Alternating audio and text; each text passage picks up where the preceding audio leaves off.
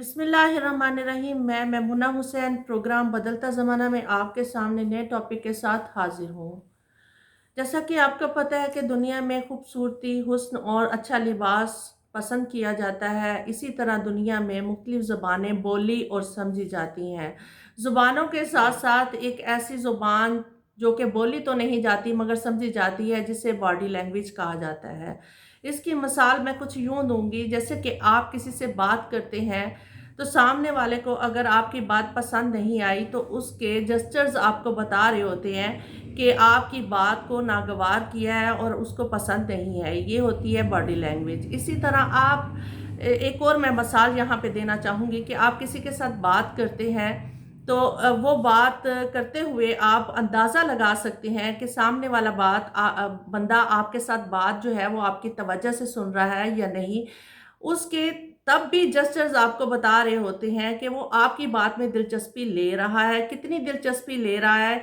या ऐसा होता है कि बाज़-औक़ात आप किसी के साथ बात कर रहे हैं, वो मोबाइल फ़ोन में बिज़ी है या किसी दूसरे काम में बिज़ी है, तो वहाँ पे भी अंदाज़ा होता है कि ये बंदा आपकी बात को दिलचस्पी से नहीं सुन रहा, आपको अदम दिलचस्पी का इज़हार कर रहा है।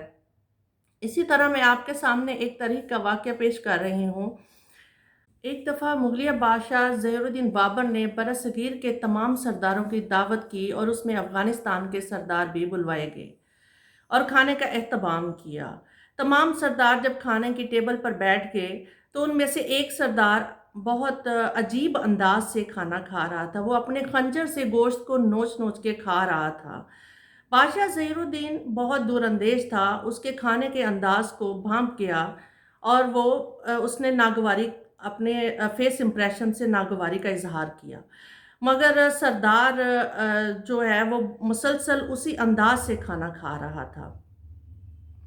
उसके बाद बादशाह ज़हीरुद्दीन बाबर ने अपने गार्ड को हाथ का इशारा किया और कान अपने मुँह के करीब लाने का कहा, तो उसके कान में सरगोशी की।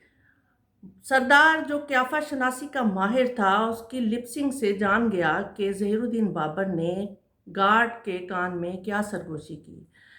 सरदार ख़ामोशी से खाना खाने के बाद वहाँ से गायब हुआ और बाहर निकल के दूसरे मुलाज़िम से अपना लिबास तब्दील करके वहाँ से गायब हो गया।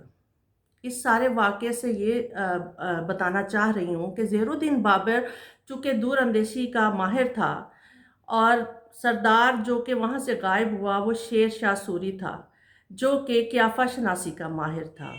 अब दोनों बादशाहों ने एक दूसरे को भाँप लिया था।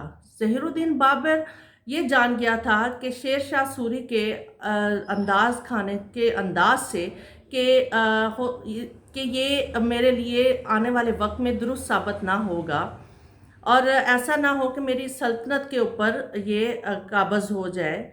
और इसी तरह सूरी जो कि क़ियाफ़ा शनासी का माहिर था, उसने बादशाह ज़हीरुद्दीन की लिपसिंग से अंदाज़ा लगा लिया कि इसने मेरे कत्ल का हुक्म दिया है। और ज़हीरुद्दीन बाबर जो कि दूरंदेश था, उसके खाने के अंदाज़ से भाँप गया था कि सरदार के अज़ाइम दुरुस्त नहीं हैं। तो ये दोनों बादशाह अपनी-अपनी जगह दुरुस्त थे। अब ये इससे अंदाज़ा होता है कि बॉडी लैंग्वेज जो है वो इंसान की ज़िंदगी में कितनी अहमियत रखती है।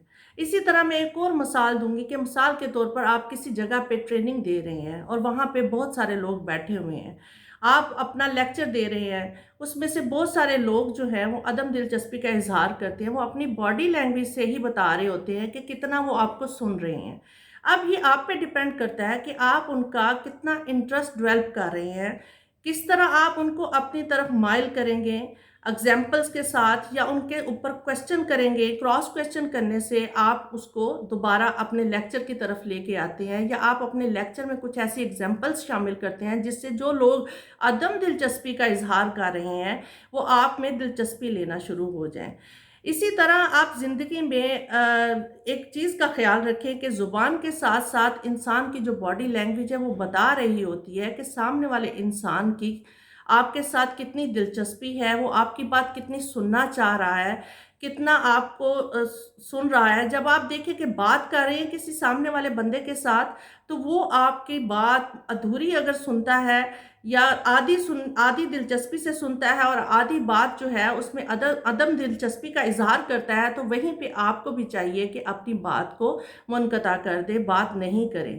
جو انسان ان چیزوں کو سمجھتا ہے وہ زندگی میں کبھی بھی ناکام نہیں ہوتا، وہ ہمیشہ زندگی میں کامیابی حاصل کرتا ہے۔ اور یہ بات بہت اہمیت رکھتی ہے کہ زبان کے ساتھ ساتھ باڈی لینگویج جو ہے وہ انسان کی زندگی میں بہت اہمیت رکھتی ہے، اسے بھی سمجھنا اور پرکھنا آنا چاہیے۔